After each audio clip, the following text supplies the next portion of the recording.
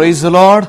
ಯೇಸು ಕ್ರಿಸ್ತನ ಪ್ರೀತಿಯುಳ್ಳ ಪರಿಶುದ್ಧವಾದ ನಾಮದಲ್ಲಿ ದೇವಾದಿದೇವನು, ಸಮಸ್ತಕ್ಕೆ ಒಡೆಯನು, ನಮ್ಮನ್ನು ಪ್ರೀತಿಸಿದಾತನೂ ಆಗಿರುವಂಥ ನಜರೇತಿನ ಯೇಸು ಕ್ರಿಸ್ತನ ಪ್ರೀತಿಯುಳ್ಳ ಶ್ರೇಷ್ಠವಾದ ನಾಮದಲ್ಲಿ ನಿಮ್ಮೆಲ್ಲರನ್ನ ವಂದಿಸ್ತೇನೆ. ದೇವರ ವಾಕ್ಯಗಳನ್ನು ಈ ದಿನವೂ ನಾವು ಧ್ಯಾನ ಮಾಡುವಂತೆ ಕರ್ತನ ಸಮ್ಮುಖದಲ್ಲಿ ಬಂದು ದೇವರ ವಾಕ್ಯದಲ್ಲಿ ಸಮಯವನ್ನು ಕಳೆಯುವಾಗ ದೇವರು ಖಂಡಿತವಾಗಿ ನಮ್ಮೊಟ್ಟಿಗೆ ಮಾತನಾಡಲಿಕ್ಕೆ ಹೋಗುತ್ತಾ ಇದ್ದಾರೆ. ಸೊ ನೀವೆಲ್ಲರೂ ಚೆನ್ನಾಗಿದ್ದೀರೆಂದು ನಾನು ನಂಬುತ್ತಾ ಇದ್ದೇನೆ. ಯಾಕೆಂದರೆ ಅನುದಿನವೂ ನಮ್ಮ ಭಾರವನ್ನು ಹೊತ್ತು ನಮಗೆ ಸಹಾಯ ಮಾಡಿ ನಡೆಸುವಾತನು ನಮ್ಮ ದೇವರಾಗಿದ್ದಾನೆ. ಈ ದಿನ ನಿಮ್ಮೊಟ್ಟಿಗೆ ದೇವರಾತ್ಮನು ಮಾತನಾಡಬೇಕೆಂದಿರುವಂಥ ವಿಚಾರ ಕುಟುಂಬದ ಆಶೀರ್ವಾದ, ಫ್ಯಾಮಿಲಿ ಬ್ಲೆಸ್ಸಿಂಗ್ಸ್. ಪ್ರಿಯ ದೇವಜನವೇ, ಸಮಾಜದಲ್ಲಿ, ದೇಶದಲ್ಲಿ ಬಹಳ ಪ್ರಾಮುಖ್ಯವಾಗಿರುವಂಥದ್ದು ಕುಟುಂಬ. ನಾನು ಚೆನ್ನಾಗಿದ್ದರೆ ನನ್ನ ಮನೆ ಚೆನ್ನಾಗಿರುತ್ತೆ, ನನ್ನ ಮನೆ ಚೆನ್ನಾಗಿದ್ದರೆ ನನ್ನ ಊರು ಚೆನ್ನಾಗಿರುತ್ತೆ, ನನ್ನ ಊರು ಚೆನ್ನಾಗಿದ್ದರೆ ನನ್ನ ರಾಜ್ಯ ಚೆನ್ನಾಗಿರುತ್ತೆ, ನನ್ನ ರಾಜ್ಯ ಚೆನ್ನಾಗಿದ್ದರೆ ನನ್ನ ದೇಶ ಚೆನ್ನಾಗಿರುತ್ತೆ, ನಮ್ಮ ದೇಶಗಳು ಚೆನ್ನಾಗಿದ್ದರೆ ಪ್ರಪಂಚ ಚೆನ್ನಾಗಿರುತ್ತೆ. ಎಲ್ಲವೂ ಪ್ರಾರಂಭವಾಗುವುದು ಕುಟುಂಬದಿಂದ. ನಾವು ಹೆಚ್ಚು ಸಮಯವನ್ನು ಕಳೆಯುವುದು ಕುಟುಂಬದಲ್ಲಿ, ಹೆಚ್ಚು ನೋವು ಅನುಭವಿಸುವುದು ಕುಟುಂಬದಲ್ಲಿ, ಹೆಚ್ಚು ಸಂತೋಷ ಪಡುವುದು ಕುಟುಂಬದಲ್ಲಿ. ಯಾಕೆಂದರೆ ಪ್ರತಿಯೊಬ್ಬರು ಓಡಾಡುವುದು, ಹೋರಾಡುವುದು, ಪ್ರಯಾಸ ಪಡುವುದು ಎಲ್ಲವೂ ಕುಟುಂಬಕ್ಕಾಗಿಯೇ, ಮಕ್ಕಳಿಗಾಗಿಯೇ ಎಂಬುದನ್ನು ನಾವು ನೋಡುತ್ತಾ ಇದ್ದೇವೆ. ಹೆಚ್ಚು ಜನರು ಬೇರೆಯವರ ಕುರಿತಾಗಿ ಚಿಂತಿಸಬಾರದು. ನಾವು ಬೇರೆ ಕುಟುಂಬಗಳ ಕುರಿತಾಗಿ ಅಸೂಯೆ ಪಡಬಾರದು, ಹೊಟ್ಟೆ ಕಿಚ್ಚು ಪಡಬಾರದು. ಬದಲಾಗಿ ನಮ್ಮ ಕುಟುಂಬದ ಸಮಾಧಾನ, ನಮ್ಮ ಕುಟುಂಬದ ಶಾಂತಿ, ನಮ್ಮ ಕುಟುಂಬದ ಆಶೀರ್ವಾದಗಳನ್ನು ನಾವು ನೋಡಿಕೊಂಡಿರಬೇಕು. ಹಾಗಾದರೆ ದೇವರ ವಾಕ್ಯವು ಈ ಕುಟುಂಬದ ಆಶೀರ್ವಾದದ ಕುರಿತಾಗಿ ಏನು ಹೇಳುತ್ತದೆ ಎಂಬುದನ್ನು ದೇವರಾತ್ಮನು ಇವತ್ತು ನಿಮ್ಮೊಟ್ಟಿಗೆ ಮಾತನಾಡಲಿ. ಒಂದು ವಾಕ್ಯವನ್ನು ನಾವು ಓದಿಕೊಳ್ಳೋಣ. 2 ಸಮುವೇಲನ ಗ್ರಂಥ 6ನೇ ಅಧ್ಯಾಯ 11 ಮತ್ತು 12ನೇ ವಚನ. 2 ಸಮುವೇಲ 6, 11, 12. ಯೆಹೋವನ ಮಂಜೂಷವು ಗತ್ ಊರಿನ ಓಬೇದೆದೋಮನ ಮನೆಯಲ್ಲಿ 3 ತಿಂಗಳು ಇತ್ತು. ಆ ಕಾಲದಲ್ಲಿ ಯೆಹೋವನು ಅವನನ್ನು ಅವನ ಮನೆಯವರನ್ನು ಆಶೀರ್ವದಿಸಿದನು ಎಂದು ನಾವು ನೋಡುತ್ತಾ ಇದ್ದೀವಿ. ಹಾಲೆಲೂಯಾ, ದೇವರಿಗೆ ಸ್ತೋತ್ರ. ಇಲ್ಲಿ ಗಮನಿಸಿರಿ, ಓಬೇದೆದೋಮನು ಎಂಬ ಒಬ್ಬ ವ್ಯಕ್ತಿ ಇದ್ದಾನೆ. ಅವನು ಏನು ಮಾಡ್ತಾನಂದ್ರೆ, ಈ ದೇವರ ಮಂಜೂಷ ಅಂದರೆ ಆ ಕಾಲದಲ್ಲಿ ಇಸ್ರಾಯೇಲರಿಗೆ ಒಂದು ಸ್ಥಿರವಾದಂಥ ಒಂದು ಸ್ಥಳ ಇರಲಿಲ್ಲ, ಒಂದು ದೇವಾಲಯ ಇರಲಿಲ್ಲ. ಅವರು ಒಂದು ಸ್ಥಳದಿಂದ ಇನ್ನೊಂದು ಸ್ಥಳಕ್ಕೆ ಹೋಗ್ತಾ ಇದ್ದರು. ಆದರೆ ಅವರು ಒಂದು ತೀರ್ಮಾನವನ್ನು ಮಾಡಿದ್ದರು. ಏನೆಂದರೆ, ನಾವು ಎಲ್ಲೇ ವಾಸ ಮಾಡಲಿ, ನಾವು ಎಲ್ಲೇ ಜೀವನ ಮಾಡಲಿ, ನಾವಿರುವಲ್ಲಿ ನಮ್ಮ ದೇವರಿರಬೇಕು. ನಾವು ಎಲ್ಲಿ ವಾಸ ಮಾಡುತ್ತೇವೋ ನಮ್ಮ ದೇವರು ವಾಸ ಮಾಡಬೇಕು. ನಾವು ಪ್ರಯಾಣ ಮಾಡುವುದಾದರೆ ನಮ್ಮ ಮುಂದಾಗಿ ದೇವರು ಪ್ರಯಾಣ ಮಾಡಬೇಕು. ನಮ್ಮ ಕಷ್ಟಗಳಲ್ಲಿ ದೇವರಿರಬೇಕು, ನಮ್ಮ ಸುಖಗಳಲ್ಲಿ ದೇವರಿರಬೇಕು, ನಮಗೆ ಶತ್ರುಗಳು ಬಂದಾಗ ದೇವರಿರಬೇಕು. ನಮ್ಮ ಜೀವಿತದಲ್ಲಿ ನಮ್ಮ ದೇವರು ನಮ್ಮ ಸಂಗಡ ಯಾವಾಗಲೂ ಇರಬೇಕೆಂದು ಅವರು ಆಲೋಚನೆ ಮಾಡಿದ್ದರಿಂದ ಅವರೊಂದು ತೀರ್ಮಾನಕ್ಕೆ ಬಂದರು. ನಮ್ಮೊಟ್ಟಿಗೆ ದೇವರ ಪ್ರಸನ್ನತೆ ಹೋಗಬೇಕಾದರೆ ಏನು ಮಾಡಬೇಕು ಎಂದು ಆಲೋಚನೆ ಮಾಡುವಾಗ ದೇವರಾತ್ಮನವರಿಗೆ ತಿಳಿಯಪಡಿಸಿದ್ದೇನೆಂದರೆ, ಆ ಒಂದು ಮಂಜೂಷ ಎಂಬ ಪೆಟ್ಟಿಗೆ ಥರ, ಅದು ಪೆಟ್ಟಿಗೆ ಥರ. ಆ ಪೆಟ್ಟಿಗೆಯೊಳಗೆ ಏನೋ ದೇವರು ಕೊಟ್ಟಿರುವಂಥ, ಮೋಶೆಗೆ ಕೊಟ್ಟಿರುವಂಥ ದಶಾಗ್ನಿಗಳ ಕಲ್ಲುಬಂಡೆಗಳು ಮತ್ತು ಅದರಲ್ಲಿ ಸುರುಳಿಗಳು ಮತ್ತು ದೇವರ ಪ್ರಸನ್ನತೆಗೆ ಸಂಬಂಧಪಟ್ಟಂಥ ದೇವದೂತರುಗಳ ಚಿಹ್ನೆಗಳು, ಇದನ್ನು ಎಲ್ಲ ಮಾಡಿ ಅದನ್ನು ಅವರು ಹೋಗುವ ಜಾಗದಲ್ಲೆಲ್ಲ ಹೊತ್ತುಕೊಂಡು ಹೋಗುತ್ತಾ ಇದ್ದರು. ಅವರು ನಂಬಿದರು, ದೇವರು ನಮ್ಮೊಟ್ಟಿಗಿದ್ದಾರೆ, ದೇವರು ನಮ್ಮ ಸಂಗಡ ಇದ್ದಾರೆ ಎಂಬುದಾಗಿ. ದೇವರ ವಾಕ್ಯ ಹೇಳುತ್ತದೆ, ಯಾವಾಗ ನಾವು ದೇವರು ನನ್ನ ಸಂಗಡ ಇದ್ದಾನೆಂದು ನೆನೆಸುತ್ತೀವೋ ಆವಾಗ ನಮ್ಮ ಸಂಗಡ ದೇವರು ಇರುತ್ತಾರೆ. ಹೌದಾ ಇಲ್ವಾ? ನಾವೆಲ್ಲೇ ಇದ್ದರೂ ಕೂಡ, ನಾವು ಯಾವ ಸ್ಥಳದಲ್ಲಿ ಇದ್ದರೂ ಕೂಡ ನಮ್ಮ ದೇವರು ನಮ್ಮೊಟ್ಟಿಗಿರುತ್ತಾನೆ. ದೇವರು ಮಾತು ಕೊಟ್ಟಿದ್ದಾನೆ, ಇಗೋ ನಾನು ನೆರಳಿನಂತೆ ಬಲಗಡೆಯಲ್ಲಿ ನಿಂತಿರುವಾತನು ನಾನೇ ಎಂಬುದಾಗಿ ಹೇಳುತ್ತಾನೆ. ಯಾವಾಗಲೂ ನಾನು ನಿನ್ನ ಸಂಗಡ ಇರುವಾತನು ಎಂದು ದೇವರು ಹೇಳುವಂಥವನಾಗಿದ್ದಾನೆ. ಕರ್ತನಿಗೆ ಸ್ತೋತ್ರ. ಅಂದರೆ ಯೇಸು ಸ್ವಾಮಿ ನಮಗೆ ವಾಗ್ದಾನ ಮಾಡಿದ್ದಾರೆ, ಯುಗದ ಸಮಾಪ್ತಿಯವರೆಗೂ ನಾನೇ ನಿಮ್ಮ ಸಂಗಡ ಇರುವೆನು ಎಂದು ಹೇಳುತ್ತಾ ಇದ್ದಾರೆ. ಪ್ರಿಯ ದೇವಜನವೇ, ಮನುಷ್ಯರಾದರೂ, ತಂದೆ ತಾಯಿಗಳಾದರೂ, ಕುಟುಂಬಸ್ಥರಾದರೂ ಕೆಲವು ಸಮಯ ನಮ್ಮ ಜೊತೆಯಲ್ಲಿ ಇರಬಹುದು, ಬಿಟ್ಟು ಹೋಗಬಹುದು. ಶಾಲೆಗಳಿಗೆ ಹೋಗುವಾಗ ಏನು ಮಾಡ್ತಾರೆ, ಕೆಲವು ಕ್ಲಾಸ್ನವರು ಏನು ಮಾಡ್ತಾರೆ, ಶಾಲೆಗೆ ಹೋಗುವಾಗ ಒಂದೊಂದು ಕ್ಲಾಸ್ನವರು ಬಿಟ್ಟು ಹೋಗ್ತಾರೆ, ಒಂದೊಂದು ತರಗತಿಗಳು ಬಿಟ್ಟು ಹೋಗ್ತಾರೆ, ಬೇರೆಯವರು ಬರ್ತಾರೆ. ಕಾಲೇಜು ಮುಗೀತದೆ, ಬಿಟ್ಟು ಹೋಗ್ತಾರೆ, ಕೆಲಸಗಳಿಗೆ ಹೋಗ್ತಾರೆ, ಬಿಟ್ಟು ಹೋಗ್ತಾರೆ ಜೀವಿತದಲ್ಲಿ. ಆದರೆ ನಮ್ಮ ಜೀವಿತದಲ್ಲಿ ಏನು ಮಾಡಬೇಕು, ನಮ್ಮ ಜೊತೆಯಲ್ಲಿ ಬರುವಂಥವ್ರನ್ನ ದೇವರ ಪ್ರಸನ್ನತೆಗೆ ನಾವು ದೇವರನ್ನ ಕೂಗುವಂಥವರಾಗಿರಬೇಕು. ಮನುಷ್ಯರು ನಮ್ಮ ಸಂಗಡ ಇಲ್ಲದೆ ಹೋದರೂ ಪರವಾಗಿಲ್ಲ, ದೇವರು ನಮ್ಮ ಸಂಗಡ ಇರುವಂತೆ ಯಾವಾಗಲೂ ನಾವು ನೋಡಿಕೊಳ್ಳುವವರು ಆಗಿರಬೇಕು. ಹಲ್ಲೆಲೂಯಾ. ದೇವರ ಪ್ರಿಯ ದೇವಜನರೇ, ಇವತ್ತು ಇಲ್ಲಿ ಒಂದು ಗಮನಿಸಿರಿ, ಇಂಥ ಒಂದು ಮಂಜೂಷದ ಪೆಟ್ಟಿಗೆಯನ್ನ ಯಾವಾಗ ಅವರು ಮನೆಯಲ್ಲಿ ಇಟ್ಟುಕೊಂಡರೋ ಆ ಮನೆಗೆ ಆಶೀರ್ವಾದ ಉಂಟಾಯಿತು. ಎಷ್ಟು ದಿನ ಇತ್ತು ಆ ಮಂಜೂಷ ಅವರ ಮನೆಯಲ್ಲಿ ಎಂದು ನೋಡುವಾಗ ಕೇವಲ 3 ತಿಂಗಳು ಮಾತ್ರ ಅವರ ಮನೆಯಲ್ಲಿ ಆ ಮಂಜೂಷವಿತ್ತು. ಆ ಮಂಜೂಷದ ನಿಮಿತ್ತವಾಗಿ ಆ ಕಾಲದಲ್ಲಿ ಯೆಹೋವನು ಅವನನ್ನು, ಅವನ ಮನೆಯವನನ್ನು ಬಹಳವಾಗಿ ಆಶೀರ್ವದಿಸಿದನು ಎಂಬುದನ್ನು ನಾವು ನೋಡುತ್ತಾ ಇದ್ದೇವೆ. ಈ ದಿನ ಹಾಗಾದರೆ ಈಗ ನಮ್ಮ ಮನೆಯಲ್ಲಿ ದೇವರ ಮಂಜೂಷವಿಲ್ಲ, ಹಾಗಾದರೆ ನಮ್ಮ ಮನೆಯಲ್ಲಿ ಏನಿದೆ? ನಮ್ಮ ಮನೆಯಲ್ಲಿ ದೇವರ ವಾಕ್ಯವಿದೆ. ಹಲ್ಲೆಲೂಯಾ. ದೇವರ ವಾಕ್ಯವಿದೆ. ನಿಮ್ಮ ಹತ್ರ ಖಂಡಿತ ಬೈಬಲ್ ಇದೆ. ನಿಮ್ಮ ಮನೆಯಲ್ಲಿ ಬೈಬಲ್ ಇದೆ. ನಿಮ್ಮ ಮನೆಗಳಲ್ಲಿ ಗೋಡೆಗಳ ಮೇಲೆ ವಾಕ್ಯ ಇದೆ. ನಿಮ್ಮ ಪ್ರಾರ್ಥನೆ ಮಾಡಲಿಕ್ಕೆ ಅವಕಾಶ ಇದೆ. ಈಗ ನಿಮ್ಮ ಬಳಿಯಲ್ಲಿರುವಂಥ ದೇವರ ವಾಕ್ಯವೆಂಬ ಈ ಒಂದು ದೇವರ ಪ್ರಸನ್ನತೆಯನ್ನ ನಾವು ಯಾವಾಗಲೂ ನಮ್ಮ ಮನೆಯಲ್ಲಿ ಗೌರವಿಸುವವರಾಗಿರಬೇಕು. ಕೆಲವು ಸಾರಿ ನಾವು ಬೈಬಲ್ಗಳನ್ನು ಏನು ಮಾಡ್ತೇವೆ ಅಂದರೆ, ನೀವು ನೋಡಿದ್ದೀರಾ, ಬೇರೆ ಒಂದು ಧರ್ಮಗಳಲ್ಲಿ ಒಂದು ಯಾವುದೇ ಅವರು ಕುರಾನ್ ಆಗಿರಬಹುದು, ಇಲ್ಲವೇ ರಾಮಾಯಣ ಮಹಾಭಾರತ ಆಗಿರಬಹುದು, ಅದನ್ನು ಎಷ್ಟು ನೀಟಾಗಿ ಗೌರವವಾಗಿ ಇಡ್ತಾರೆ ಗೊತ್ತದನ್ನು? ಎಲ್ಲಂದ್ರಲ್ಲಿ ಇಡ್ತಾರಾ? ಬೈಬಲ್ ಇಟ್ಟಂತೆ ಎಲ್ಲಂದ್ರಲ್ಲಿ ಇಡ್ತಾರಾ? ಇಡಲ್ಲ. ಯಾಕೆಂದರೆ ಅದು ಪರಿಶುದ್ಧ ಗ್ರಂಥ, ಇದು ಬೈಬಲ್ ಎಂದು ತಿಳಿದು ಇದನ್ನು ಗೌರವಿಸುತ್ತಾರೆ.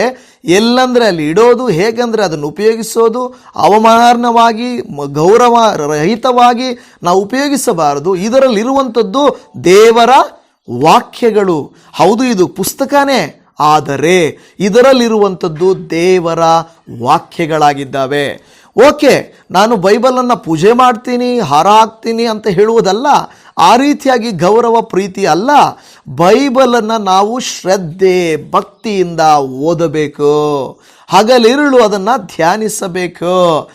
ಕೀರ್ತನೆ 1ರಲ್ಲಿ ನೀವು ನೋಡ್ತೀರ, 3ನೇ ವಚನದಲ್ಲಿ, ಹಗಲಿರುಳು ಯೆಹೋವನ ಧರ್ಮಶಾಸ್ತ್ರದಲ್ಲಿ ಆನಂದ ಪಡುವವನಾಗಿ ಅದನ್ನೇ ಧ್ಯಾನಿಸುತ್ತಿರುವನು, ಅವನೆಷ್ಟೋ ಧನ್ಯನು. ಅವನು ಹೇಗಿರುತ್ತಾನಂತೆ? ನೀರಿನ ಕಾಲುವೆಗಳ ಬಳಿಯಲ್ಲಿ ಬೆಳೆದಿರುವ ಮರದ ಹಾಗಿರುವನು. ಅದು ಹೇಗಿರುತ್ತೆ? ತಕ್ಕ ಕಾಲದಲ್ಲಿ ಫಲ ಕೊಡುತ್ತದಲ್ಲ, ಅದರ ಎಲೆ ಬಾಡುವುದೇ ಇಲ್ಲ, ಅದರಂತೆ ಅವನ ಕಾರ್ಯಗಳೆಲ್ಲವೂ ಸಫಲವಾಗು. ಹಲ್ಲೆಲೂಯಾ. ನೋಡಿ, ನಮ್ಮ ಕಾರ್ಯಗಳು ಸಫಲವಾಗಬೇಕಾ? ನಮ್ಮ ಕುಟುಂಬವು ಆಶೀರ್ವದಿಸಲ್ಪಡಬೇಕಾ? ನಾವು ಚಿಂತಿಸುವುದರ ಬದಲಾಗಿ, ದ್ವೇಷಿಸುವುದರ ಬದಲಾಗಿ, ಬೇರೆ ಬೇರೆ ಕಾರ್ಯಗಳನ್ನು ಮಾಡುವುದರ ಬದಲಾಗಿ ನಾವು ದೇವರ ವಾಕ್ಯದಲ್ಲಿ ಸಮಯವನ್ನು ಕಳೆಯಬೇಕು. ನಮ್ಮ ಮನೆಗಳಲ್ಲಿ ಪ್ರಾರ್ಥನೆ ಇರಬೇಕು.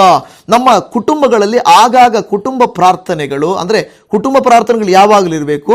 ಇಲ್ಲವೇ ಸೇವಕರು ಬರುವುದು, ಇಲ್ಲ ಜನ ಬರುವುದು ನಮ್ಮ ಮನೆಗೆ ಬರಬೇಕು. ಅನೇಕ ಸಾರಿ ಹಳ್ಳಿಗಳಲ್ಲಿ, ಬೇರೆ ಕಡೆಗಳಲ್ಲಿ ನಾವು ಅಕ್ಕಪಕ್ಕದವರಿಗೆ ಹಂಚುತ್ತೇವೆ. ನಿಮಗೆ ಕಷ್ಟ ಅಂತ ಬಂದಾಗ, ರೋಗ ಅಂತ ಬಂದಾಗ ಅವ್ರು ಯಾರು ನಮಗೆ ಬಂದು ಏನು ಹಣ ಕೊಡಲ್ಲ, ನಮಗೆ ಸಹಾಯ ಮಾಡಲ್ಲ. ನಾವು ಸುಮ್ಮನೆ ಬೇರೆಯವರಿಗೆ ಹೆದರ್ತೇವೆ. ಅವ್ರೇನು ಅಂದುಕೊಳ್ತಾರೋ, ಇವರೇನು ಅಂದುಕೊಳ್ತಾರೋ, ನಾವೇನು ಕಳ್ತನ ಮಾಡ್ತಾ ಇದ್ದೀವಾ, ನಾವೇನಾದರೂ ಕೆಟ್ಟದ್ದನ್ನು ಹೇಳ್ಕೊಡ್ತಾ ಇದ್ದೀವಾ, ದ್ವೇಷ ಮಾಡ್ರಿ, ಕೊಲೆ ಮಾಡ್ರಿ, ಜಗಳ ಮಾಡ್ರಿ, ಅಸೂಯೆ ಪಡ್ರಿ ಅಂತ ಹೇಳ್ಕೊಡ್ತಾ ಇದ್ದೀವಾ? ಇಲ್ಲ. ನಿಜವಾದ ಸತ್ಯವಾದದ್ದು ಈ ವಾಕ್ಯ. ಇದನ್ನು ನಾವು ಆರಾಧನೆ ಮಾಡುವುದಕ್ಕೂ ಪ್ರಾರ್ಥನೆ ಮಾಡುವುದಕ್ಕೂ ನಾವು ಅಂಜಬೇಕಾಗಿಲ್ಲ. ಯಾಕೆಂದರೆ ನನ್ನ ಕುಟುಂಬದ ಆಶೀರ್ವಾದ ನನಗೆ ಮುಖ್ಯ, ನನ್ನ ಕುಟುಂಬ ಸಮಾಧಾನವಾಗಿರುವುದು ನನಗೆ ಮುಖ್ಯ. ಎಷ್ಟೋ ಜನ ಗಂಡಸರು ನಾವು ನೋಡುತ್ತೇವೆ, ನಮಗೆ ಫೋನ್ ಮಾಡಿ ಹೇಳ್ತಾ ಇರ್ತಾರೆ, ಗಂಡಸರು ಮನೆಯನ್ನೇ ಪ್ರೀತಿಸುವುದಿಲ್ಲ, ಹೊರಗಡೆನೇ ಇರ್ತಾರೆ. ನಮಗಿಂತ, ನನ್ನ ಮನೆಗಿಂತ ಬೇರೆಯವ್ರ ಮನೆಯೇ ಇಷ್ಟ, ಬೇರೆ ಜನರೇ ಇಷ್ಟ, ನಮ್ಮನ್ನು ನೋಡ್ಕೊಳ್ಳಲ್ಲ ಅಕ್ರಮವಾಗಿ ಅಂತ ಹೇಳ್ತಾರೆ. ಯಾಕೆಂದರೆ ಅದು ತಪ್ಪು. ಯಾಕೆ ಗೊತ್ತಾ? ಮೊದಲು ನಮ್ಮ ಸಮಾಧಾನ ಮುಖ್ಯ, ನಮ್ಮ ಕುಟುಂಬದ ಸಮಾಧಾನ ಮುಖ್ಯ, ಆ ನಂತರ ನಾವು ಹೊರಗಿನವರು. ಆದರೆ ಅನೇಕ ಸಾರಿ ಹೇಳ್ತಾರಲ್ವಾ, ಗಾದೆ ಮಾತು ಹೇಳುವಂತೆ ಏನಂದರೆ, ಮನೆಗೆ ಮಾರಿ ಊರಿಗೆ ಉಪಕಾರಿ ಅಂತ ಹೇಳ್ತಾರೆ. ಅಂದರೆ ಊರಿಗೆ ಉಪಕಾರಿ, ಆದರೆ ಮನೆಗೆ ಮಾತ್ರ ಮಾರಿನೇ. ಅದು ಏನು ಪ್ರಯೋಜನ ಬರುತ್ತೆ? ನಾಳೆ ದಿನದಲ್ಲಿ ನೀನು ಕೊಡೋವರೆಗೂ ನೀನು ಒಳ್ಳೆಯವನು, ನೀನು ಜೊತೆಯಲ್ಲಿರೋ ತನಕ ಒಳ್ಳೆಯವನು. ನೀನೇನಾದರೂ ಇಲ್ಲಪ್ಪ ಅಂದರೆ ಆವತ್ತೇ ನಿನ್ನನ್ನು ಕೆಟ್ಟವರು ಮಾಡಿಬಿಡ್ತಾರೆ. ನೀನು ಎಷ್ಟೇ ವರ್ಷ ಒಳ್ಳೆಯದನ್ನು ಮಾಡಿದ್ರು ಒಂದು ದಿವಸದಲ್ಲಿ ಅವ್ರು ನಿಮ್ಮನ್ನು ತಲೆ ಕೆಳಗೆ ಹಾಕಿ ಮಾಡ್ತಾರೆ. ಆದರೆ ರೋಗ ಬಂದರೂ, ಕಷ್ಟ ಆದರೂ, ತೊಂದರೆ ಆದರೂ, ಮನಸೋತರು ಮನೆಯವರೇ ನೋಡಬೇಕು. ಹೌದಾ ಇಲ್ವಾ? ಊರಿನವ್ರು ಯಾರೂ ಬರಲ್ಲ. ರೋಗ ಬಂದು ಬಿದ್ದರೆ ಯಾರು ನೋಡ್ತಾರೆ? ಕಷ್ಟ ಆಗಿ, ಗಾಯ ಆಗಿ, ತೊಂದರೆ ಆಗಿ, ಸಮಸ್ಯೆ ಆಗಿ, ನೋವಾಗಿ ಬಂದರೆ ಯಾರು ನೋಡ್ತಾರೆ? ಕುಟುಂಬಸ್ಥರು ನೋಡುತ್ತಾರೆ. ಕುಟುಂಬ ಎಂಬುದು ಆದುದರಿಂದ ಬಹಳ ಪ್ರಾಮುಖ್ಯವಾಗಿರುವಂಥದ್ದು. ನಮ್ಮ ಎಲ್ಲ ಸೋಲುಗಳಲ್ಲಿ, ಸಮಸ್ಯೆಗಳಲ್ಲಿ ಸಂಗಡ ಇರುವಂಥದ್ದು ನಮ್ಮ ಕುಟುಂಬವಾಗಿದೆ. ನಮ್ಮ ಕುಟುಂಬವು ಆಶೀರ್ವಾದಿಸಲ್ಪಟ್ಟರೆ ನಮಗೆ ಆಶೀರ್ವಾದ ಉಂಟಾಗುತ್ತದೆ. ಇದನ್ನು ದೇವರ ವಾಕ್ಯ ನಮಗೆ ಗೊತ್ತಾಯ್ತಲ್ವಾ? ಇವತ್ತು ನಮ್ಮ ಮನೆಗಳಲ್ಲಿರುವಂಥ ದೇವರ ವಾಕ್ಯವೇ, ಪ್ರಾರ್ಥನೆಯೇ, ದೇವರನ್ನ ಸ್ತುತಿಸುವುದೇ, ಆರಾಧಿಸುವುದೇ ನಮ್ಮ ಮನೆಯಲ್ಲಿರುವಂಥ ಒಂದು ಏನಂದರೆ ಒಂದು ಮಂಜೂಷದ ರೀತಿಯಲ್ಲಿ. ಆಗ ನಮ್ಮ ಮನೆಗೆ ಆಶೀರ್ವಾದ ಉಂಟಾಗುತ್ತದೆ. ಗಮನಿಸಬೇಕು, ಈ ಒಬೇದನ ಮನೆಯಲ್ಲಿ 3 ತಿಂಗಳು ಇದನ್ನು ಇದ್ದದ್ದಕ್ಕೆ ಬಹಳ ಆಶೀರ್ವಾದ ಹೊಂದಿದಾಗ ಈ ದಾವೀದನು ಏನು ಮಾಡ್ತಾನೆ ಗೊತ್ತಾ? ಇದನ್ನು ಗಮನಿಸಿದಂಥ ದಾವೀದನು, ಏನಪ್ಪ ಇದು 3 ತಿಂಗಳು ಅವನ ಮನೆಯಲ್ಲಿ ಈ ಮಂಜೂಷ ಇದ್ದಿದ್ದಕ್ಕೆ ಇವನಿಗೆ ಇಷ್ಟೊಂದು ಆಶೀರ್ವಾದವಾಯ್ತಲ್ಲ. ಅದಕ್ಕೆ ಏನು ಮಾಡ್ತಾನೆ ಗೊತ್ತಾ?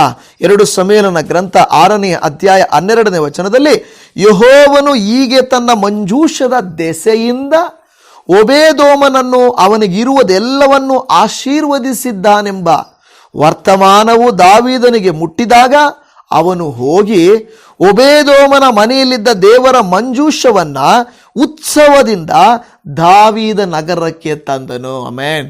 ನೋಡಿ, ಯಾವಾಗ ದಾವೀದನಿಗೆ ಗೊತ್ತಾಯಿತು ಈ ಮಂಜೂಷದ ನಿಮಿತ್ತ, ಅಲ್ಲಿ ಹೇಳುತ್ತದೆ ಈ ಮಂಜೂಷದ ದೆಸೆಯಿಂದ. ಇವತ್ತು ಅನೇಕರೇನು ಅಂದುಕೊಳ್ತಾರಂದರೆ, ನಾನು ಕಷ್ಟಪಟ್ಟಿದ್ದರಿಂದ ನನಗೆ ಆಶೀರ್ವಾದ, ನಾನು ಓದಿದ್ದರಿಂದ ನನಗೆ ಆಶೀರ್ವಾದ ಸಿಕ್ಕಿದೆ, ನನ್ನ ಮನೆಯವರಿಂದ ಈ ಆಶೀರ್ವಾದ ಸಿಕ್ಕಿದೆ. ಯಾವುದೂ ಅಲ್ಲ, ಯಾವುದೂ ಅಲ್ಲ. ಕರ್ತನ ಕೃಪೆಯಿಂದಲೇ ನಮಗೆ ಈ ಆಶೀರ್ವಾದ. ದೈವಾನುಗ್ರಹದಿಂದಲೇ ನಾವು ಏನಾಗಿದ್ದೇವೋ ಅದು ನಮಗಿರುವಂಥದ್ದು. ಅದರಿಂದ ನಾವು ಹೇಳಬೇಕು, ದೇವರೇ, ನಿನ್ನ ದೆಸೆಯಿಂದಲೇ, ನಿನ್ನ ನಿಮಿತ್ತವಾಗಿಯೇ, ನಿನ್ನಿಂದಲೇ ನನಗೆ ಈ ಆಶೀರ್ವಾದ ಹೊರತು ಪೂರ್ವದಿಂದಾಗಲಿ, ಪಶ್ಚಿಮದಿಂದಾಗಲಿ, ಉತ್ತರ ದಕ್ಷಿಣಗಳಿಂದಾಗಲಿ ಅಲ್ಲ. ಕರ್ತನಿಂದಲೇ ನಮ್ಮ ಆಶೀರ್ವಾದವು ಬರುವುದು. ಹಲ್ಲೆಲೂಯಾ. ಕರ್ತನಿಂದ ನಮ್ಮ ಆಶೀರ್ವಾದ ಬರುವುದು. ಇವತ್ತು ಲೋಕದ ಜನರೆಲ್ಲ ಏನು ಅಂದ್ಕೊಳ್ತಾರಂದರೆ, ಈ ಒಂದು ವೇಳೆ ದೇವರನ್ನ ನಂಬಿದರೆ ಏನು ಸಿಗಲ್ವೇನೋ, ಏನು ಆಗಲ್ವೇನೋ. ನೋಡಿ, ದೇವರು ಬಹಳ ಮುಖ್ಯವಾಗಿ, ಯೇಸು ಸ್ವಾಮಿ ಹೇಗೆ ಗೊತ್ತಾ? ಯೇಸು ಸ್ವಾಮಿ, ಈ ಲೋಕದ ಸಿರಿವಂತಿಕೆ ನಾನು ನಿನಗೆ ಕೊಡ್ತೇನೆ, ಆದರೆ ಯಾವಾಗ ನಿನಗೆ ಹಣ, ಆಸ್ತಿ, ಐಶ್ವರ್ಯ ಬರುತ್ತೋ ನಿನ್ನ ಮನಸ್ಸು ದೇವರ ಕಡೆ ತಿರುಗಲ್ಲ, ಪರಲೋಕ ಸಿಗಲ್ಲ. ಅದು ಓಕೆನಾ ಅಂತ ಕೇಳ್ತಾರೆ. ಅದು ಓಕೆನಾ ನಿಮಗೆ? ನಿನಗೆ ಕೊಡ್ತೀನಿ, ನಿನಗೆ ಎಷ್ಟು ಬೇಕಾ, ನಿನಗೆ ಈ ಲೋಕದಲ್ಲಿ ತಿಂದು ಕುಡಿದು ಎಂಜಾಯ್ ಮಾಡೋಷ್ಟು ಕೊಡ್ತೀನಿ, ಆದರೆ ನಿನಗೆ ಪರಲೋಕ ಬೇಕಾ, ಭೂಲೋಕ ಬೇಕಾ ಅಂತ ಕೇಳಿದ್ರೆ ನಾವು ಯಾವುದನ್ನು ಆಯ್ಕೆ ಮಾಡಿಕೊಳ್ತೇವೆ? ದೇವರ ವಾಕ್ಯವನ್ನು ಅರಿತಿರುವರು ಪರಲೋಕನೇ ಬೇಕು ಅಂತಾರೆ ಹೊರತು ಭೂಲೋಕ ಬೇಡ ಅಂತಾರೆ. ಯಾಕೆ ಗೊತ್ತಾ? ಭೂಲೋಕ ನಾವಿರೋದು ಸ್ವಲ್ಪ ಕಾಲ, ಆದರೆ ಪರಲೋಕ ನಾವಿರುವುದು ನಿತ್ಯ ಕಾಲ. ಹೌದಲ್ವಾ? ಕೆಲವರು ಅದಕ್ಕೆ ಹೇಳ್ತಾರೆ, ಇಲ್ಲಿರುವ ಸುಮ್ಮನೆ ಅಲ್ಲಿದೆ ನಮ್ಮನೆ ಅಂತಾರೆ. ಅಂದರೆ ಇಲ್ಲಿರೋದು ನಾನು ಸುಮ್ಮನೆ ಸ್ವಲ್ಪ ಕಾಲ, 20 70 ಯಾವ ಕಾಲ ಗೊತ್ತಿಲ್ಲ, ಆದರೆ ನಮ್ಮ ಆತ್ಮ ಇರುವುದು ನಿತ್ಯ ಕಾಲ. ಅದನ್ನು ನಾವು ಗ್ರಹಿಸಬೇಕು. ಅದಕ್ಕೆ ಹೇಳ್ತದೆ, ನೀವು ಮನುಷ್ಯನು ಲೋಕವನ್ನೆಲ್ಲ ಸಂಪಾದನೆ ಮಾಡಿಕೊಂಡರು ಅವನ ಆತ್ಮ ನಷ್ಟಪಟ್ಟರೆ ಅವರಿಗೇನು ಪ್ರಯೋಜನ? ಈ ಭೂಮಿ ಎಲ್ಲ ನನ್ನ ಹೆಸರಲ್ಲಿ ಇರ್ಬೋದಪ್ಪ, ಭೂಮಿ ಎಲ್ಲ ನನ್ನ ಹೆಸರಲ್ಲಿ ನನ್ನ ತಲೆನೋವು ಬಂದರೆ ಭೂಮಿ ಎಲ್ಲ ಏನು ಮಾಡುತ್ತೆ ನನಗೆ, ಅಲ್ವಾ? ನಾನು ನಾಳೆ ಒಂದು ವೇಳೆ ಇವತ್ತಿಲ್ಲ ಅಂದು ನಾಳೆ ಇಲ್ಲ ಅಂದ್ಕೊಳ್ಳೋದಾದರೆ ಭೂಮಿ ಎಲ್ಲ ನನ್ನ ಹೆಸರಲ್ಲಿದ್ದು ನಾನೇನು ಮಾಡ್ತೀನಿ? ಎತ್ಕೊಂಡು ಹೋಗ್ತೀನಾ? ಯಾವುದನ್ನು ಎತ್ಕೊಂಡೋಗಲ್ಲ. ಮತ್ತು ಏನಕ್ಕೆ ಬೇಕು ನಮಗೆ? ಅದಕ್ಕೆ ಹೇಳಿದೆ, ನಮ್ಮ ಸಮಾಧಾನ, ಸಂತೋಷ, ಆಶೀರ್ವಾದ ನಿತ್ಯ ಕಾಲಕ್ಕೂ ಬೇಕಾದರೆ ದೇವರೇ ನನಗೆಷ್ಟು ಬೇಕೋ ಅಷ್ಟು ಮಾತ್ರ ನೀನು ಕೊಡಪ್ಪ, ನಾನು ಜಾಸ್ತಿ ಆಸೆ ಪಡೋದಿಲ್ಲ, ನನಗೆ ಬೇಡವೇ ಬೇಡ. ನನಗೆ ಅದಕ್ಕೆ ದೇವರು ಯೇಸಪ್ಪನನ್ನು ಶಿಷ್ಯರು ಕೇಳ್ತಾರೆ, ಸ್ವಾಮಿ ನಮಗೆ ಪ್ರಾರ್ಥನೆಯನ್ನು ಕಲಿಸಿಕೊಡು ಅಂದಾಗ ಯೇಸು ಸ್ವಾಮಿ ಕಲಿಸಿಕೊಟ್ಟ ಪ್ರಾರ್ಥನೆಯಲ್ಲಿ ಅನುದಿನದ ಆಹಾರವನ್ನು ಆವತ್ತು ದಯಪಾಲಿಸು ಅಂತ ಹೇಳಿದರು. ಅಂದರೆ ದೇವರು ಒಂದು ವರ್ಷಕ್ಕಾಗುವಾಗ ಇವರ ಜೀವನಕ್ಕೆಲ್ಲ ಬೇಕಾಗಿರುವಷ್ಟು ದವಸ ಧಾನ್ಯ ಕೊಡಪ್ಪ ಅಂತ ಕೇಳಲಿಲ್ಲ. ಆ ದಿನದ ಆಶೀರ್ವಾದ, ಆ ದಿನದ ಆಹಾರ, ಆ ದಿನದ ಅಭಿಷೇಕ ನಮಗೆ ಬೇಕು ಎಂದು ಪ್ರತಿನಿತ್ಯ ನಾವು ದೇವರನ್ನ ಕೇಳಿಕೊಳ್ಳುವವರಾಗಿರಬೇಕು. ಈಗ ನಾವು ನೋಡುತ್ತೇವೆ, ದಾವೀದನಿಗೆ ಗೊತ್ತಾಯಿತು, ಈ ಒಂದು ಒಬೇದೋಮನಿಗೆ ಸಿಕ್ಕಿದ ಆಶೀರ್ವಾದ ನನಗೂ ಬೇಕಪ್ಪ. ಅದಕ್ಕೇನು ಮಾಡ್ತಾನೆ, ಆಗ ದಾವೀದನು ಏನು ಮಾಡ್ತಾನೆ, ಉತ್ಸಾಹದೊಡನೆ ನೋಡ್ತದೆ ಉತ್ಸವ ಮಾಡಿಕೊಂಡು ತನ್ನ ಮನೆಗೆ ಏನು ಮಾಡ್ತಾನೆ, ತನ್ನ ಮನೆಗೆ ತೆಗೆದುಕೊಂಡು ಬರ್ತಾನೆ, ದಾವೀದ ನಗರಕ್ಕೆ ತೆಗೆದುಕೊಂಡು ಬರ್ತಾನೆ. ಹಲ್ಲೆಲೂಯಾ. ಇವತ್ತು ದೇವಜನವೇ, ನಿಮ್ಮ ಜೀವಿತದಲ್ಲಿ, ಬೇರೆಯವರ ಜೀವಿತದಲ್ಲಿ ಇರುವಂಥ ಆಶೀರ್ವಾದವನ್ನು ನಮ್ಮ ಜೀವಿತದಲ್ಲಿ ಹೊಂದಬೇಕಾದರೆ ನೀವು ನಾನು ದೇವರ ಪ್ರಸನ್ನತೆಯನ್ನು ನಾವು ಹೊಂದುವವರಾಗಿರಬೇಕು. ದೇವರ ಆಶೀರ್ವಾದ, ದೇವರ ಪ್ರಸನ್ನತೆ ನಮ್ಮ ಮನೆಗೆ ತಗೊಂಡು ಬರಬೇಕು. ಒಂದು ವೇಳೆ ನಿಮ್ಮ ಮನೆಯಲ್ಲಿ ದೇವರ ಆಶೀರ್ವಾದ, ಪ್ರಸನ್ನತೆ ಇಲ್ಲದೆ ಹೋದರೆ ನೀವೇನು ಮಾಡಬೇಕು, ದೇವರ ಹತ್ರ ಕೇಳಬೇಕು, ದೇವರೇ ನಿನ್ನ ಪ್ರಸನ್ನತೆ, ನಿನ್ನ ಒಂದು ಅಭಿಷೇಕ, ನಿನ್ನ ಒಂದು ಇರುವಿಕೆ ನಮಗೆ ಬೇಕಪ್ಪ. ಯಾಕೆಂದರೆ ದೇವರಿದ್ದಾಗ ಇಸ್ರಾಯೇಲರಿಗೆ ಯಾವ ಕೊರತೆಯೂ ಆಗಲಿಲ್ಲ, ದೇವರು ಅತಿಶಯವಾಗಿ ನಡೆಸಿದರು. ಇವತ್ತು ಕ್ರಿಸ್ತನಿಲ್ಲದ ಕುಟುಂಬ ಖಂಡಿತ ಕೃಪೆ ಇಲ್ಲದ ಕುಟುಂಬ. ಕ್ರಿಸ್ತನಿಲ್ಲದ ಕುಟುಂಬ ಕೃಪೆ ಇಲ್ಲದ ಕುಟುಂಬ. ನೋಡಿ, ದೇವರ ಆತ್ಮನ ಹೇಳ್ತಾ ಇರುವಂಥ ಮಾತು, ಕ್ರಿಸ್ತನಿಲ್ಲದಿರುವಾಗ ಕಷ್ಟಗಳ ಕುಟುಂಬ, ಕ್ರಿಸ್ತನಿಲ್ಲದೆ ಇರುವಾಗ ಕನಿಕರ ಇಲ್ಲದ ಕುಟುಂಬ. ಆದರೆ ಕ್ರಿಸ್ತನಿರುವ ಕುಟುಂಬ ಕೃಪೆಯುಳ್ಳ ಕುಟುಂಬ, ಕನಿಕರವುಳ್ಳ ಕುಟುಂಬ ಅಲ್ವಾ, ಸಂತೋಷದ ಕುಟುಂಬ ಅದು ಆಗಿರುತ್ತದೆ. ಇವತ್ತು ದಾವೀದನಂತೆ ನಾವು ಕೂಡ ತೀರ್ಮಾನ ಮಾಡಬೇಕು, ದೇವರೇ ನನ್ನ ಕುಟುಂಬಕ್ಕೆ ನಿನ್ನ ಅಂದರೆ ದೇವರ ಪ್ರಸನ್ನತೆ, ದೇವರ ವಾಕ್ಯ, ಪ್ರಾರ್ಥನೆ ಇವುಗಳು ಇರುವಾಗ ಖಂಡಿತವಾಗಿ ಯಾವಾಗ ದೇವರ ಪ್ರಸನ್ನತೆ, ದೇವರ ಒಂದು ಮಂಜೂಷ ಇರುವಾಗ ದುಷ್ಟನ ಕಾರ್ಯಗಳು ನಡೆಯುವುದಿಲ್ಲ. ಯಾವಾಗ ದೇವರೇ ನಮ್ಮ ಮನೆಯಲ್ಲಿ ಇರ್ತಾನೋ ದುಷ್ಟನ ಹೇಗೆ ಬರ್ತಾನೆ? ದೇವರೇ ನಮ್ಮ ಮನೆಯಲ್ಲಿ ವಾಸ ಮಾಡುವಾಗ ದುಷ್ಟ ಕಾರ್ಯಗಳು ಹೇಗೆ ನಡೀತವೆ? ಆದರೆ ನಾವು ಪ್ರತಿನಿತ್ಯ ಗಮನಿಸಬೇಕು, ನಮ್ಮ ಮನೆಯಲ್ಲಿ, ನನ್ನ ಕುಟುಂಬದಲ್ಲಿ ದೇವರಿದ್ದಾನಾ ಇಲ್ವಾ? ದೇವರೆಲ್ಲಿರ್ತಾನೆ? ಎಲ್ಲಿ ಒಳ್ಳೆಯದಿರುತ್ತದೋ, ಎಲ್ಲಿ ಒಳ್ಳೆತನ ಇರುತ್ತದೋ, ಎಲ್ಲಿ ಧರ್ಮ ಕಾರ್ಯಗಳಿರುತ್ತೋ ಅಲ್ಲಿರ್ತಾನೆ. ಪಾಪ ಮಾಡಿದರೆ ಇರಲ್ಲ ಆತನು. ಅಂಧಕಾರ ಶಕ್ತಿಗಳನ್ನು ನಾವು ಆವರಿಸಿದರೆ, ನಾವು ಕೇಳಿಕೊಂಡ್ರೆ ಬರಲ್ಲ ಆತನು. ನಮ್ಮ ಹೃದಯಕ್ಕೆ ಆತನನ್ನು ಆಹ್ವಾನಿಸಿಕೊಂಡ್ರೆ ಆತನು ಬರ್ತಾನೆ. ಪ್ರೀತಿಯ ಜನವೇ, ಆದಿಕಾಂಡ ಗ್ರಂಥ 39ನೇ ಅಧ್ಯಾಯದಲ್ಲಿ ಫಸ್ಟ್ 30ನೇ ಅಧ್ಯಾಯ 27ನೇ ವಚನವನ್ನು ಓದಿಕೊಳ್ಳೋಣ. ಆದಿಕಾಂಡ ಗ್ರಂಥ 30ನೇ ಅಧ್ಯಾಯ 27ನೇ ವಚನ. ಲಾಬಾನನು ಅವನಿಗೆ, ನನ್ನ ಮೇಲೆ ದಯವಿಟ್ಟು ನನ್ನ ಬಳಿಯಲ್ಲೇ ಇರು, ಯೆಹೋವನು ನಿನ್ನ ನಿಮಿತ್ತ ನನ್ನನ್ನು ಅಭಿವೃದ್ಧಿಪಡಿಸಿದ್ದಾನೆಂದು ಚೆನ್ನಾಗಿ ತಿಳಿದಿದ್ದೇನೆ ಎಂದು ಹೇಳ್ತಾ ಇದ್ದಾನೆ. ನೋಡಿ, ಇಲ್ಲಿ ಗಮನಿಸಿರಿ, ಲಾಬಾನನು ಯಾಕೋಬನಿಗೆ ಹೇಳ್ತಾ ಇದ್ದಾನೆ, ಯಾಕೋಬ ದಯವಿಟ್ಟು ನೀನೇನು ಮಾಡು, ನನ್ನ ಬಳಿನೇ ಇರು, ನನ್ನ ಜೊತೆನೇ ಇರು. ಯಾಕೆ ನಿನ್ನ ಜೊತೆಲಿರಬೇಕು? ದೇವರು ನಿನ್ನ ನಿಮಿತ್ತ ನನ್ನನ್ನು ದೇವರೇನು ಮಾಡಿದ್ದಾನೆ? ಅಭಿವೃದ್ಧಿ ಪಡಿಸಿದ್ದಾನೆ. ಇವತ್ತು ಹಲ್ಲೆಲೂಯಾ, ನಾವು ಹೇಗಿರಬೇಕು ಗೊತ್ತಾ? ಬೇರೆಯವರು ನಮ್ಮನ್ನು ನೋಡಿ ನೀವು ನಮಗೆ ಆಶೀರ್ವಾದ ಅನ್ಬೇಕು, ನೀವು ನಮಗೆ ಮಾದರಿ ಅನ್ಬೇಕು, ನೀವು ನಮಗಿಂತ ಉತ್ತಮರು ಅನ್ಬೇಕು. ದಯಮಾಡಿ ಗಮನಿಸಿರಿ, ಯಾವಾಗ ನೀವು ನಾನು ಈ ಮಾತನ್ನು ಅನ್ನುತ್ತೇವೋ ಆವಾಗ ಆಶೀರ್ವದಿಸಲ್ಪಡುತ್ತೇವೆ. ಇಲ್ಲದೆ ಹೋದರೆ ನೀನೇನು, ನಿನಗಿಂತ ನಾನೇ ಗ್ರೇಟು ಅಂದುಕೊಂಡ್ರೆ ಖಂಡಿತ ಅದೇನು ಹೇಳ್ತದಲ್ಲ, ಉಬ್ಬಿನಿಂದ ದಬ್ಬು. ಉಬ್ಬಿಕೊಂಡ್ರೆ ದಬ್ಬಲ್ಪಡ್ತೀವಿ ನಾವು, ತಗ್ಗಿಸಿಕೊಂಡ್ರೆ ಎಚ್ಚಲಿಸ್ಪಡ್ತವೆ. ಅದು ಬಹಳ ಮುಖ್ಯ. ಯಾಕೋಬನನ್ನ ಲಾಬಾನ ಹೇಳ್ತಾ ಇದ್ದಾನೆ, ನಿನ್ನ ನಿಮಿತ್ತವಾಗಿ ನನಗೆ ಆಶೀರ್ವಾದ ಬಂದಿದೆಯಪ್ಪ. ಇವತ್ತು ನೋಡಿ, ದೇವರ ಪ್ರಸನ್ನತೆಯಿಂದ, ದೇವರನ್ನ ನಂಬಿದಂಥವರಿಂದ ನಮಗೆ ಆಶೀರ್ವಾದ ಹೊರತು ನಮಗೆ ಶಾಪವಲ್ಲ. ಇವತ್ತು ಯಾಕೋಬನಂತೆ ನೀವು ನಾನು ಆಶೀರ್ವಾದವಾಗಿದ್ದೇವಾ? ಲಾಬಾನನ್ನು ಸಾಕ್ಷಿ ಹೇಳ್ತಾ ಇದ್ದಾನೆ, ನಿನ್ನ ನಿಮಿತ್ತವಾಗಿ ನನಗೆ ಆಶೀರ್ವಾದ ಉಂಟಾಯಿತು. ಒಂದು ಕುಟುಂಬದಲ್ಲಿ ಒಬ್ಬ ವ್ಯಕ್ತಿಯು ಆರಿಸಲ್ಪಟ್ಟಿದ್ದರೆ ಆ ಕುಟುಂಬಕ್ಕೆ ಆ ವ್ಯಕ್ತಿ ಆಶೀರ್ವಾದ. ದೇವರ ವಾಕ್ಯವನ್ನು ಓದುವಂಥ ವ್ಯಕ್ತಿಗಳನ್ನು ಒಂದು ವೇಳೆ ಯಾರು ಆ ಕುಟುಂಬದ ಆಲೋಚನೆಗಳಲ್ಲಿ ತೆಗೆದುಕೊಳ್ಳುತ್ತಾರೋ ಆ ವ್ಯಕ್ತಿ ಆಲೋಚನೆ ಕೇಳಬೇಕು. ದೇವರಲ್ಲಿ ಇದ್ದಾರೆ ಅಂದರೆ ನೀನು ಹೇಳೋದು ಕರೆಕ್ಟಾಗಿರುತ್ತೆ ಹೇಳು ಅನ್ಬೇಕು. ಆಗ ಕುಟುಂಬವು ಆಶೀರ್ವದಿಸಲ್ಪಡುತ್ತದೆ. ಯಾಕೆಂದರೆ ದೇವರ ವಾಕ್ಯ ಹೇಳುತ್ತದೆ, ನಾನು ನಿನ್ನನ್ನು ಶಪಿಸುವವರನ್ನು ಶಪಿಸುವೆನು, ಆಶೀರ್ವದಿಸುವವರನ್ನು ಆಶೀರ್ವದಿಸುವೆನು ಅಂತ ಹೇಳ್ತದೆ. ದೇವರ ಮಕ್ಕಳು ಯಾರಿರ್ತಾರಲ್ವ ಮನೆಯಲ್ಲಿ, ದೇವರನ್ನ ನಂಬಿರುವವರು, ವಾಕ್ಯದಲ್ಲಿರುವವರು, ಪ್ರಾರ್ಥನೆಯಲ್ಲಿರುವವರು, ಅವರ ಆಲೋಚನೆಗಳಂತೆ ಅವರ ಮಾತಿನಂತೆ ನಡ್ಕೊಂಡ್ರೆ ಆ ಕುಟುಂಬವು ಅನುಗ್ರಹಿಸಲ್ಪಡುತ್ತದೆ. ಆದರೆ ಅನೇಕ ಕುಟುಂಬಗಳು ಹೆಂಗೆ ಗೊತ್ತಾ, ಹೇಳಿದವರ ಮಾತು ಕೇಳಿ ಕೆಟ್ಟು ಹೋಗ್ತವೆ. ಹೇಳಿಕೆಯ ಮಾತುಗಳು, ಹೌದಾ ಇಲ್ವಾ? ಮನೆಯಲ್ಲಿ ಕಷ್ಟಪಟ್ಟು ದುಡಿಯೋರೊಬ್ಬರು, ಸುಮ್ಮನೆ ಮಾತಾಡೋರು ಹೊರಗಿನವರು ಕೆಲವರು. ಮನೆಗಾಗಿ ದುಡಿಯುವವರು, ಕುಟುಂಬಕ್ಕಾಗಿ ಕಷ್ಟಪಡುವವರು, ರಾತ್ರಿ ಹಗಲು ನಿದ್ದೆ ಮಾಡದೆ ಕಷ್ಟಪಡುವವರ ಮಾತು ಬೇರೆ. ಆದರೆ ನಾವು ಕೇಳಿಸ್ಕೊಳ್ಳೋರು ಹೊರಗಡೆ ಸುಮ್ಮನೆ ಕಟ್ಟೆ ಮೇಲೆ ಕೂತ್ಕೊಂಡು ಸುಮ್ಮನೆ ಮಾತಾಡ್ತಾ ಇರ್ತಾರೆ. ನೋಡು, ನಿಮ್ಮವ್ರು ಹಂಗಂತೆ, ನಿಮ್ಮ ಮನೆಯವ್ರು ಹಿಂಗಂತೆ ಅಂದರೆ ಸಾಕು. ಹೌದಾ, ಹೋಗಿ ವಿಚಾರಿಸ್ಕೊಳ್ತೀನಿ ಇರು. ಮನೆಯಲ್ಲಿ ಬಂದು ಕಸ ಗುಡಿಸಿದ್ರ ಅವರು, ನಿಮ್ಮ ಮನೆಯಲ್ಲಿ ಬಂದು ಮನೆ ಒರೆಸಿದ್ರ ಅವರು, ಬಟ್ಟೆ ಒಗೆದ್ರ ಅವರು, ಅಡುಗೆ ಮಾಡಿದ್ರ ಅವರು, ನೀವು ಕೆಲಸ ಮಾಡಿಕೊಟ್ರ ಎಲ್ಲನೂ? ಇಲ್ಲ, ಮಾಡಿಕೊಟ್ಟಿಲ್ಲ. ಅವ್ರು ಸುಮ್ಮನೆ ಏನೋ ಒಂದು ಮಾತು ಹೇಳಿದ ತಕ್ಷಣ ಹೋಗಿ ನೋಡಿ ಕೇಳ್ತೀನಿ ರೀ. ಮನೆಯಲ್ಲಿ ಸುಮ್ಮನೆ ಕೂತಿರೋನ ಮಾತು ಕೇಳಿ ಮನೆಗೆ ಬಂದಿ ನೀನು, ಮನೆಯಲ್ಲಿ ಕಷ್ಟಪಟ್ಟೋನ ಮಾತು ಕೇಳಲಿಲ್ಲಲ್ಲ, ಅವಾಗೇನಾಗುತ್ತೆ? ಕುಟುಂಬ ಕೆಟ್ಟೋಗುತ್ತೆ. ಅವಾಗ ಅಂದ್ಕೊಳ್ತಾಳೆ ಒಂದು ಸ್ತ್ರೀ ಇಲ್ಲ ಪುರುಷನು, ನಾನಿಷ್ಟು ಕಷ್ಟಪಟ್ಟಿದ್ದು ನನ್ನ ಮನೆಗೆ ವ್ಯರ್ಥನಾ? ನನ್ನ ಮನೆ ಅಂತ ದುಡಿದು ಓಡಿದ್ದು ವ್ಯರ್ಥನಾ? ನನಗೆ ಯಾವ ಮರ್ಯಾದೆನೂ ಇಲ್ವಾ, ಯಾವ ಬೆಲೆನೂ ಇಲ್ವಾ ಅಂತ ಹೇಳಿ ಏನು ಮಾಡ್ತಾರೆ? ಕುಟುಂಬದ ವಿರುದ್ಧವಾಗಿ ನಿಂತ್ಕೊಳ್ತಾರೆ. ಯಾವಾಗ ಸ್ತ್ರೀ ಇಲ್ಲವೇ ಪುರುಷ ತನ್ನ ಕುಟುಂಬಕ್ಕೆ ವಿರೋಧ ಮಾಡ್ತಾನೋ, ಅದೇನು ಹೇಳ್ತಾರಲ್ಲ, ಎತ್ತು ಏರಿಗೆ ಎಳೆದ್ರೆ ಕೋಣ ನೀರಿಗೆ ಎಳೀತು ಅಂದಂಗೆ, ಗಂಡ ಈ ಕಡೆ ಹೆಂಡತಿ ಈ ಕಡೆ ಆದರೆ ಕುಟುಂಬ ಮುಂದಕ್ಕೆ ಹೋಗುತ್ತಾ? ಹೋಗಲ್ಲ. ಯಾಕೆಂದರೆ ಕುಟುಂಬವು ಕುಂಠಿತವಾಗುತ್ತದೆ, ಕುಟುಂಬದ ಆಶೀರ್ವಾದ ಕುಂಠಿತವಾಗ್ತದೆ. ಅದಕ್ಕೆ ಹೇಳಿದವರ ಮಾತುಗಳನ್ನು ಕೇಳಬಾರದು. ಕುಟುಂಬಗಳನ್ನು ನಾವು ಆಶೀರ್ವಾದಕ್ಕೆ ನಡೆಸುವುದು ಬಹಳ ಮುಖ್ಯ.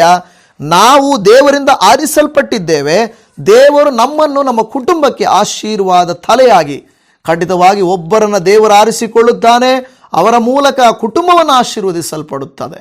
ಇವತ್ತು ಯಾರೇ ಒಂದು ವೇಳೆ ನೀವು ಒಬ್ಬರಾಗಿರಬಹುದು, ನಿಮ್ಮ ಕುಟುಂಬ ಆರಿಸಲ್ಪಟ್ಟಿರಬಹುದು. ನೀವು ಕುಟುಂಬವಾಗಿ ದೇವರಲ್ಲಿ ಇರುವುದಾದರೆ ನಿಮ್ಮ ಕುಟುಂಬ ಬೇರೆಯವರ ಕುಟುಂಬಗಳಿಗೆ ಮಾದರಿಯಾಗಿರಬೇಕು. ಅನೇಕರು ಕರ್ತನ ಕಡೆಗೆ ಬರುವುದಕ್ಕೆ ನಿಮ್ಮ ಕುಟುಂಬ ಸಾಕ್ಷಿಯಾಗಬೇಕು, ನಿಮ್ಮ ಕುಟುಂಬ ಮಾದರಿಯಾಗಬೇಕು, ನಿಮ್ಮ ಕುಟುಂಬ ದೇವರ ಸೇವೆಯನ್ನು ಮಾಡಬೇಕು. ಆಗ ದೇವರು ಸಂತೋಷಿಸುತ್ತಾನೆ, ದೇವರು ನಿಮ್ಮಲ್ಲಿ ಸಂತೋಷಿಸ್ತಾನೆ. ಆದಿಕಾಂಡ ಗ್ರಂಥ 30ನೇ ಅಧ್ಯಾಯ 27ನೇ ವಚನದಲ್ಲಿ ನಾವು ನೋಡುತ್ತೇವೆ. 39ನೇ ಅಧ್ಯಾಯ 5ನೇ ವಚನದಲ್ಲಿ, ಅವನು ಯೋಸೇಫನನ್ನು ತನ್ನ ಮನೆಯ ಮೇಲೆಯೂ ಆಸ್ತಿಯ ಮೇಲೆಯೂ ಅಧ್ಯಕ್ಷನಾಗಿ ಇಟ್ಟಂದಿನಿಂದ ಯೆಹೋವನು ಯೋಸೇಫನ ನಿಮಿತ್ತವಾಗಿ ಆ ಐಗುಪ್ತನ ಮನೆಯನ್ನು ಅಭಿವೃದ್ಧಿಗೆ ತಂದನು. ಮನೆಯಲ್ಲಾಗಲಿ ಹೊಲದಲ್ಲಾಗಲಿ ಅವನಿಗಿದ್ದ ಎಲ್ಲದರ ಮೇಲೆ ಯೆಹೋವನ ಆಶೀರ್ವಾದ ಉಂಟಾಯಿತು. ನೋಡಿ, ಗಮನಿಸಿರಿ, ಯಾಕೋಬನ ನಿಮಿತ್ತ ಲಾಬಾನನ ಕುಟುಂಬ ಆಶೀರ್ವದಿಸಲ್ಪಟ್ಟಿತು, ಯೋಸೇಫನ ನಿಮಿತ್ತ ಪೋಟೀಫರನ ಮನೆಯು ಆಶೀರ್ವದಿಸಲ್ಪಟ್ಟಿತು. ಅವರ ಮನೆಗಳು, ಅವರ ಕುಟುಂಬಗಳು ಆಶೀರ್ವದಿಸಲ್ಪಟ್ಟವು. ಈ ದಿನ ಖಂಡಿತವಾಗಿ ದೇವರ ಪ್ರಸನ್ನತೆ ಇರುವ, ದೇವರನ್ನು ಆಶ್ರಯಿಸಿರುವ ಮಕ್ಕಳ ನಿಮಿತ್ತವಾಗಿ ಕುಟುಂಬಗಳು ಖಂಡಿತವಾಗಿ ಆಶೀರ್ವದಿಸಲ್ಪಡುತ್ತವೆ. ಅದೇನು ಹೇಳ್ತಾರಲ್ಲ, ಒಗ್ಗಟ್ಟಿಗೆ ಬಲ ಇದೆ. ಏನಿದೆ? ಒಗ್ಗಟ್ಟಿಗೆ, ಒಬ್ಬಟ್ಟಿಗೆ ಬಲ ಅಲ್ಲ, ಒಗ್ಗಟ್ಟಿಗೆ ಬಲ. ಒಬ್ಬಟ್ಟಿದ್ದಾಗ ಅಂದರೆ ಹೋಳಿಗೆ ಇದ್ದಾಗ ಒಟ್ಟಿಗೆ ಬರ್ತಾರೆ ತಿನ್ನಕ್ಕೆ, ಆದರೆ ಒಗ್ಗಟ್ಟಿಗೆ ಬಲ ಇದೆ. ಒಟ್ಟಿಗಿದ್ರೆ ಬಲ ಇರ್ತದೆ.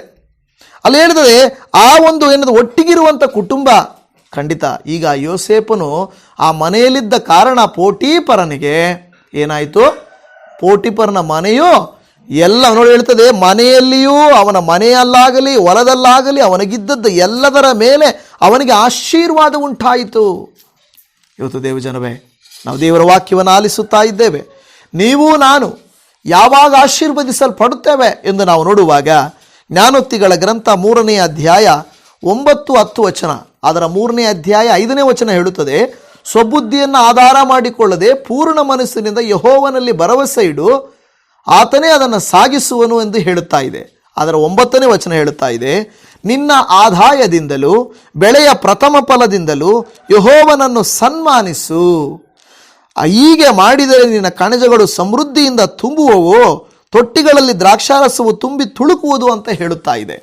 ಇಲ್ಲಿ ಹೇಳ್ತಾ ಇರೋದು ನಾನು ಕಾಣಿಕೆ ದಶಮಭಾಗ ಬಗ್ಗೆ ಮಾತಾಡಕ್ಕೆ ಹೋಗೋದಿಲ್ಲ, ನನಗೆ ಸಂಬಂಧವಿಲ್ಲದ ವಿಷಯ ಅದು.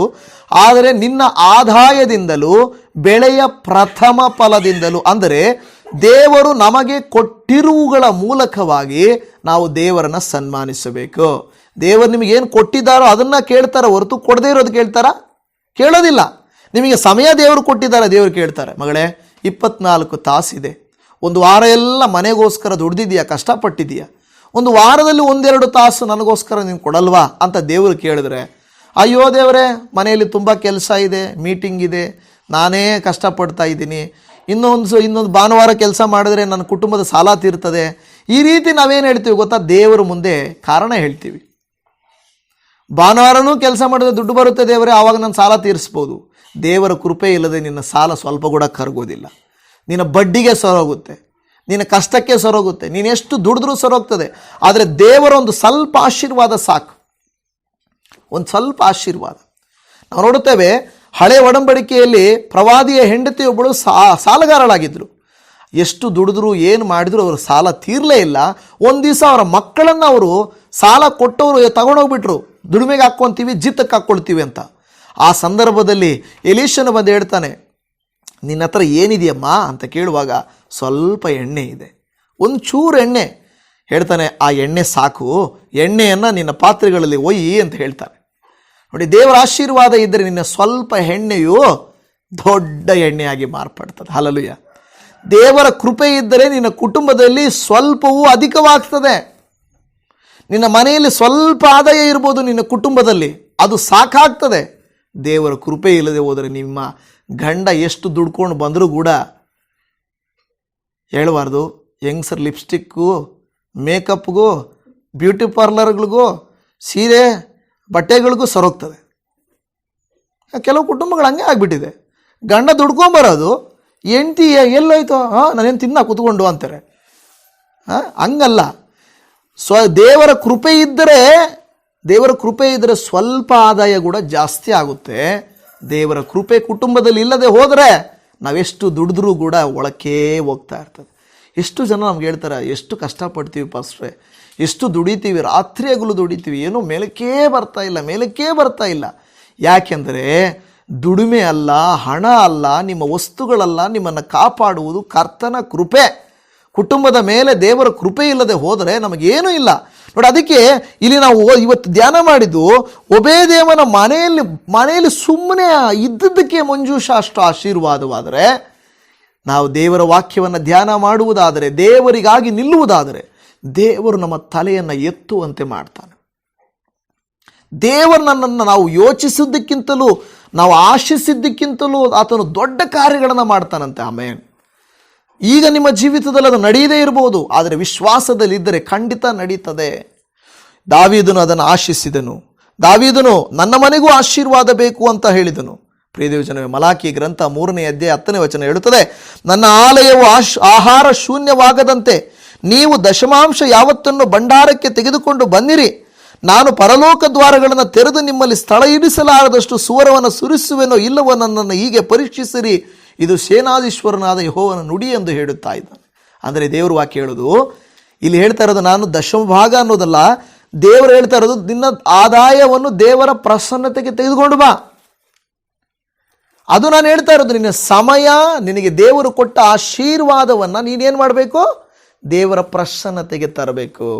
ಯಾವಾಗ ನಿನ್ನ ಕುಟುಂಬವನ್ನು ದೇವರ ಪ್ರಸನ್ನತೆಗೆ ತರ್ತೀಯೋ, ಯಾವಾಗ ನಿನ್ನ ಒಂದು ಮಕ್ಕಳನ್ನು ದೇವರ ಪ್ರಸನ್ನತೆಗೆ ತರ್ತೀಯೋ, ಯಾವಾಗ ನಿನ್ನ ಆದಾಯವನ್ನು ದೇವರ ಪ್ರಸನ್ನತೆಗೆ ತರ್ತೀಯೋ, ದೇವರೇನು ಮಾಡ್ತಾನೆ? ಅದನ್ನು ಕಿತ್ಕೊಂಡು ಹೋಗು ಅಂತಾನ ದೇವರು ಕಿತ್ಕೊಂತಾನ? ಇಲ್ಲ.